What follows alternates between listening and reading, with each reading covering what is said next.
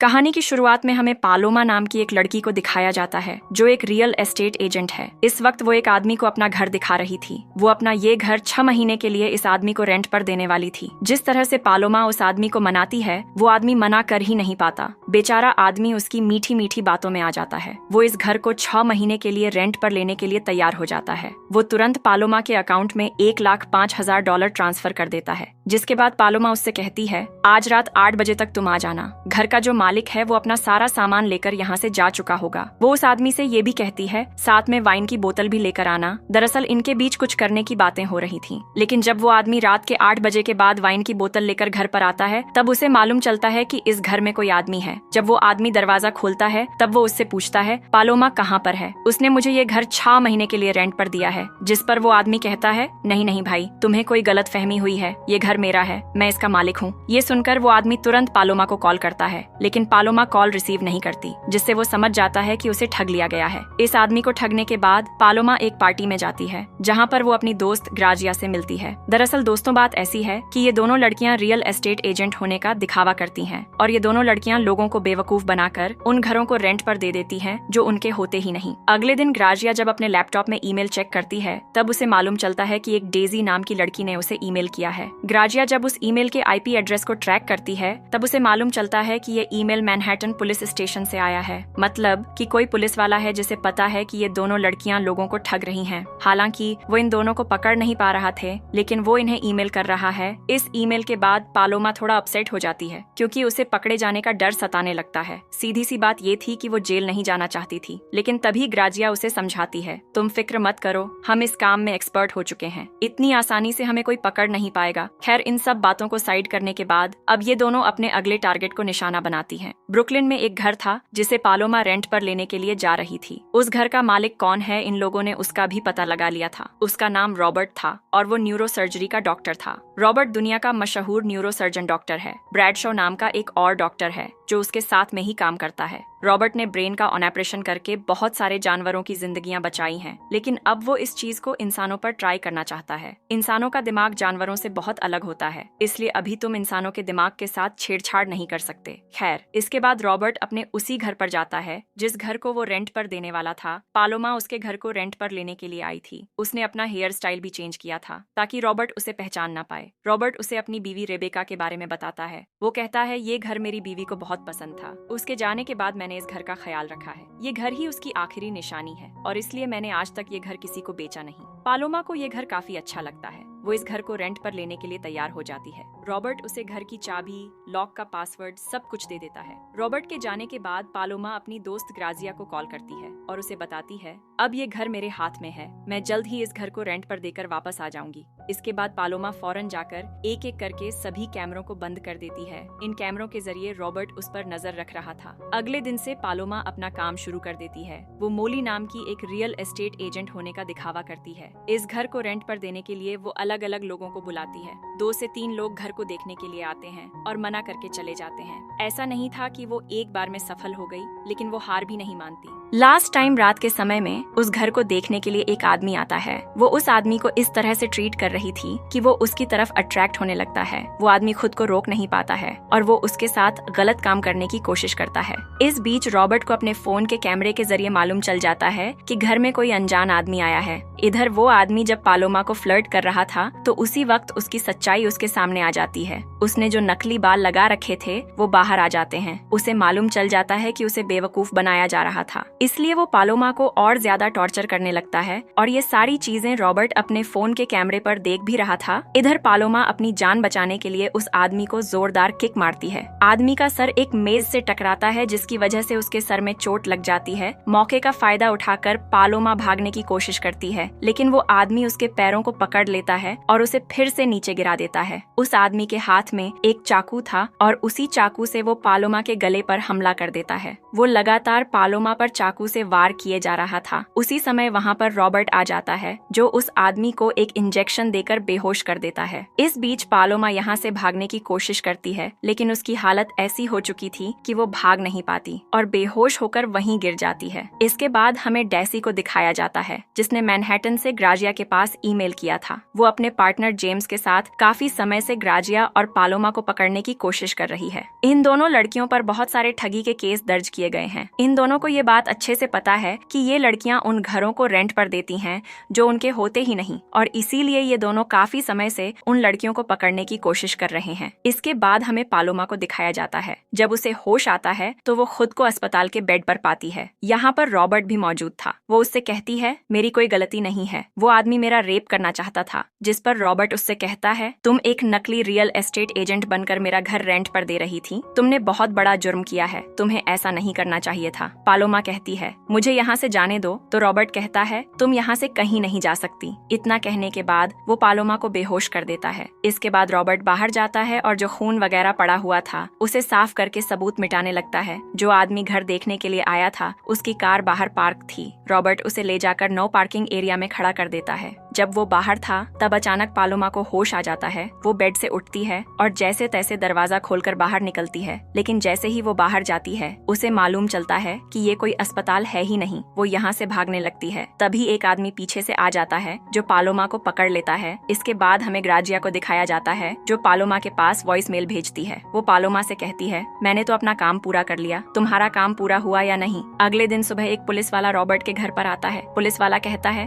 Phone के जरिए हमें पता चला कि ये आदमी कल आपके घर के आसपास था। यहाँ उसी आदमी की बात हो रही थी जो पालोमा के साथ जबरदस्ती कर रहा था। रॉबर्ट झूठ बोलते हुए कहता है, मैंने किसी आदमी को तो नहीं देखा, लेकिन घर के बाहर एक कार पार्क थी, इसलिए मैंने एक टो वैन बुलाया था जो सुबह सुबह उस कार को यहाँ से ले गई। इतना सुनकर पुलिस वाला वहाँ से चला जाता है। रॉबर्ट अंदर जाता है और अपनी बीवी के साथ बिताए हुए कुछ पलों के वीडियो देखकर उसे याद करने लगता है। इसके बाद हमें पालोमा को दिखाया जाता है, जिसे चैन से बांधा गया था। जब उसे होश आता है तो वो जी जान लगाकर खुद को छुड़ाने की कोशिश करती है, लेकिन कुछ कर नहीं पाती। कुछ समय बाद रॉबर्ट उसके लिए खाना लेकर आता है। तब वो रॉबर्ट से कहती है, मुझे यहाँ से जाने दो, आखिर तुम मुझे यहाँ क्यों बांध कर रखे हो। जिस पर रॉबर्ट उससे कहता है, तुम दूसरों के लिए और अपने लिए भी खतरा हो, इसलिए तुम्हारा यहाँ रहना ही बेहतर है। ये सुनकर पालोमा को गुस्सा आता है। वो उस पर झपट्टा मारती है और उसके सामने गिड़गिड़ाते हुए कहती है, प्लीज मुझे यहाँ से जाने दो। पालोमा को शांत करने के लिए वो हट्टा कट्टा आदमी आता है जिसने उसे पकड़ा था, जिसका नाम था लैनी, और ये रॉबर्ट का एक मरीज है। इसके बाद हमें ग्राजिया को दिखाया जाता है, जो एक बार में पालोमा का इंतजार कर रही थी। उसने पालोमा को ढेर सारे मैसेज किए थे। उसे पता तो था नहीं पालोमा का फोन रॉबर्ट के पास था और सारे मैसेज का रिप्लाई भी रॉबर्ट ही दे रहा था। रॉबर्ट उसे मिलने के लिए एक लोकेशन पर बुलाता है। ग्राजिया को ये लग रहा था कि ये पालोमा है, इसलिए वो कहती है, ठीक है मैं आ रही हूँ। लेकिन जब ग्राजिया उसके पास लव यू लिखकर भेजती है और सामने से रिप्लाई आता है लव यू टू, तब ग्राजिया पूरी तरह से कंफर्म हो जाती है कि पालोमा मुसीबत में है, क्योंकि पालोमा कभी भी लव यू टू नहीं बोलती थी।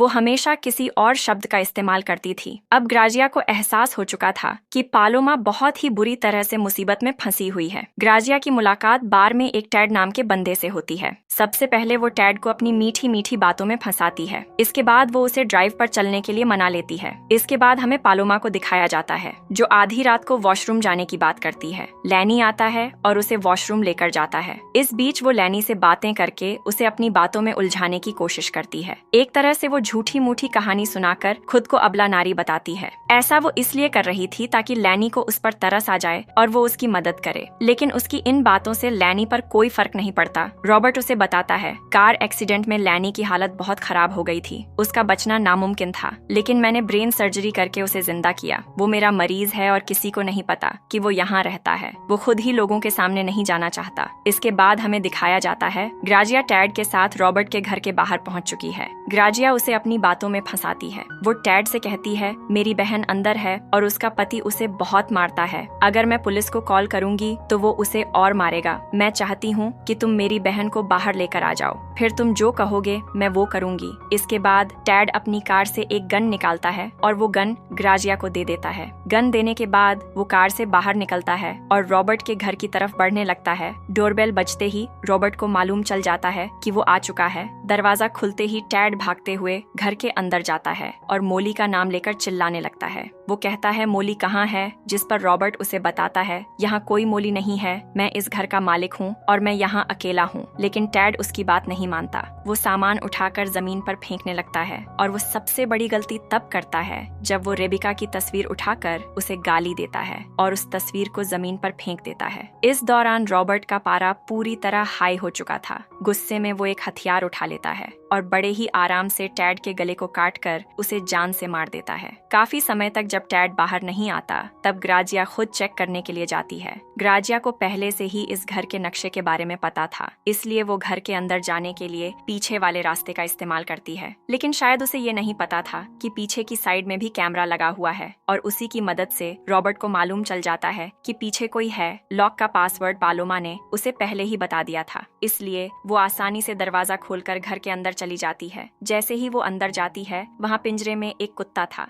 जो उसे देखकर भौंकने लगता है और इसी वजह से लैनी की नींद खुल जाती है। इधर रॉबर्ट भी चाकू लेकर पीछे वाले रास्ते से उस शख्स को ढूंढने लगता है। वो काफी तेजी से अंदर की तरफ बढ़ रहा था। इस बीच हमें पालोमा को दिखाया जाता है। वो किसी छोटी मोटी चीज का इस्तेमाल करके खुद को जंजीर से आजाद कर लेती है। जंजीर से आजाद होने के बाद वो फौरन जाकर एक पेन उठा लेती है। पेन लेने के बाद वो धीरे से जाकर अपनी जगह पर बैठ जाती है क्योंकि रॉबर्ट उसी की तरफ आ रहा था। जैसे ही कोई उसके करीब आता है उसी समय पालोमा उस पेन से लगातार हमला कर देती है। लेकिन बाद में उसे एहसास होता है कि वो रॉबर्ट नहीं बल्कि उसकी दोस्त ग्राजिया थी। उसने ग्राजिया पर बहुत ही बुरी तरह से हमला कर दिया था। उसके पेट पर गहरे घाव हो चुके थे और उसके शरीर से लगातार खून बह रहा था। उसी समय वहाँ लैनी आ जाता है और पाल्मा को एक इंजेक्शन देकर बेहोश कर देता है। कुछ समय बाद हमें रॉबर्ट को दिखाया जाता है जो हॉल में बैठकर अपनी बीवी का एक वीडियो देख रहा था। अचानक उसे अपनी बीवी की आवाज सुनाई देती है जो उससे उसका हाल पूछ रही थी। वो आवाज कहती है तुम्हें हमारे लिए ये करना ही होगा। हालांकि रॉबर्ट परेशान होकर कहता है ये सब कुछ बहुत जल्दी हो रहा है, जिस पर उसकी बीवी उससे कहती है अगर तुम मुझे दोबारा पाना चाहते हो तो तुम्हें जल्दी आगे बढ़ना होगा। वैसे यहाँ पर सच में उसकी बीवी नहीं थी, ये सब कुछ उसके दिमाग का वहम है। बस जिस चीज को वो करने के लिए सोच रहा है उसे करने के लिए उसकी बीवी उसे और भड़का रही है। इसके बाद हमें पुलिस स्टेशन के अंदर डैजी को दिखाया जाता है।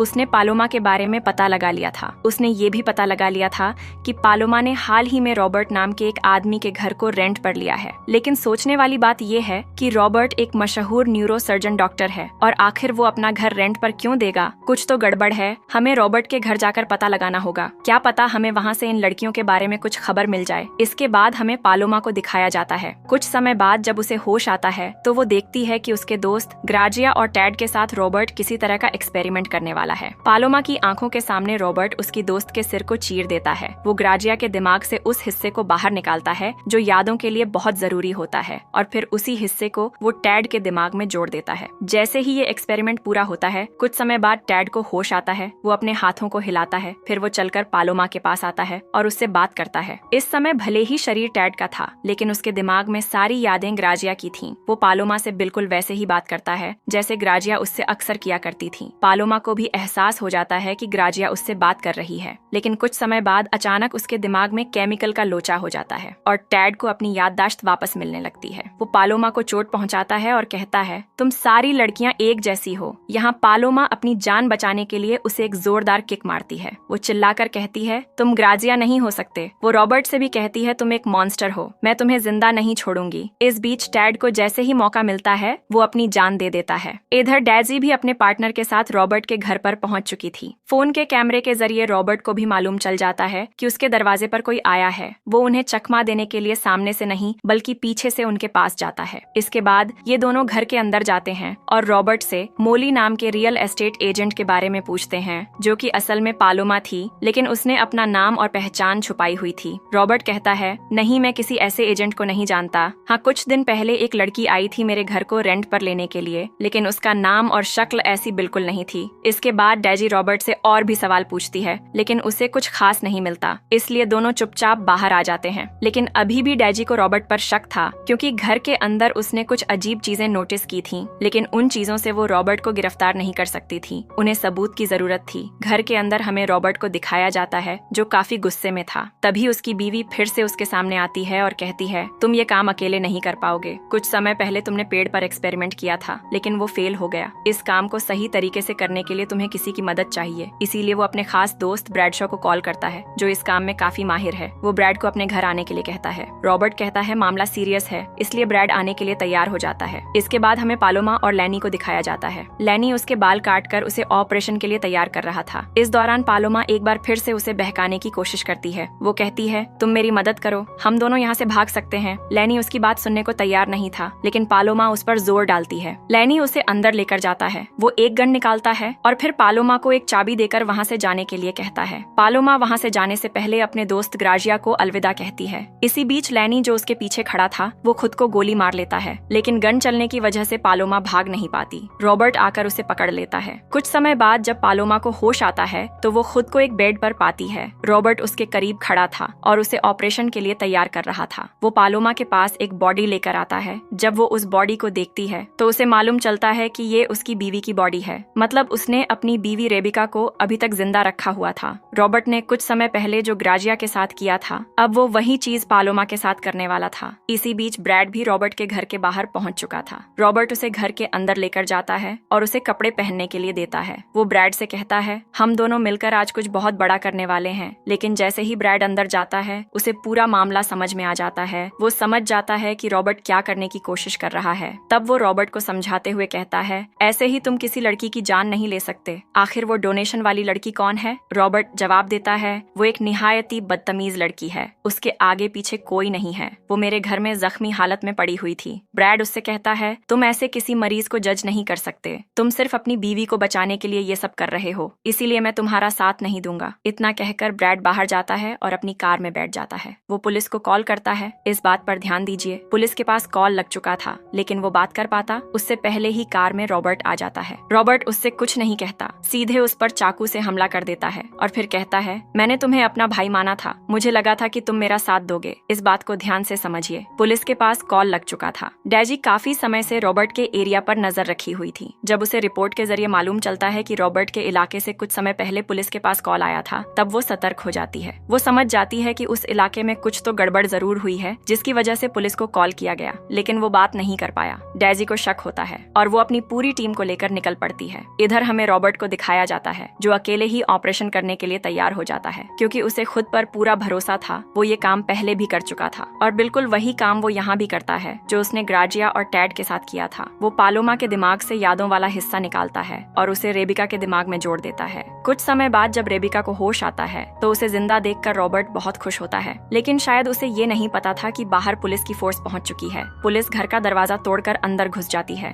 घर के अंदर जाते ही उन्हें लाशों का ढेर दिखाई देता है। पूरा घर एक कब्रिस्तान बन चुका था। लेकिन डैजी को इस बात का अफसोस होता है कि वो रॉबर्ट को पकड़ नहीं पाती, क्योंकि रॉबर्ट वहाँ था ही नहीं। दरअसल ये बात किसी को नहीं पता थी कि रॉबर्ट ने बगल वाला अपार्टमेंट भी खरीद रखा था और वो सारा कांड उसी अपार्टमेंट में कर रहा था। अपनी बीवी को ठीक करने के बाद वो उसे लेकर कहीं दूर बस जाता है। हालांकि जब उससे पूछा जाता है कि वो डोनेशन वाली लड़की कौन थी, तो वो झूठ बोलते हुए कहता है ऑपरेशन के बाद उसकी मौत हो गई। उसे एक बीमारी थी, वो मरने वाली थी, इसलिए वो डोनेशन के लिए तैयार हो गई थी। अगले दिन जब रॉबर्ट बाहर बैठा हुआ था, तब रेबिका उसके लिए ड्रिंक लेकर आती है। वो आराम से ड्रिंक कर रहा होता है, लेकिन उसी समय रेबिका उस पर चाकू से हमला कर देती है, क्योंकि शुरू से ही वो उसकी असली बीवी रेबिका थी ही नहीं। उसके दिमाग में तो पालोमा की यादें थीं। वो तो बस शुरू से ही रेबिका होने का नाटक कर रही थी। मौका मिलते ही रॉबर्ट को खत्म करके अपने दोस्त के मौत का बदला ले लेती है। और इसी के साथ दोस्तों, ये कहानी यहीं पर खत्म हो जाती है। मिलते हैं अगली मजेदार कहानी के साथ। जय हिंद।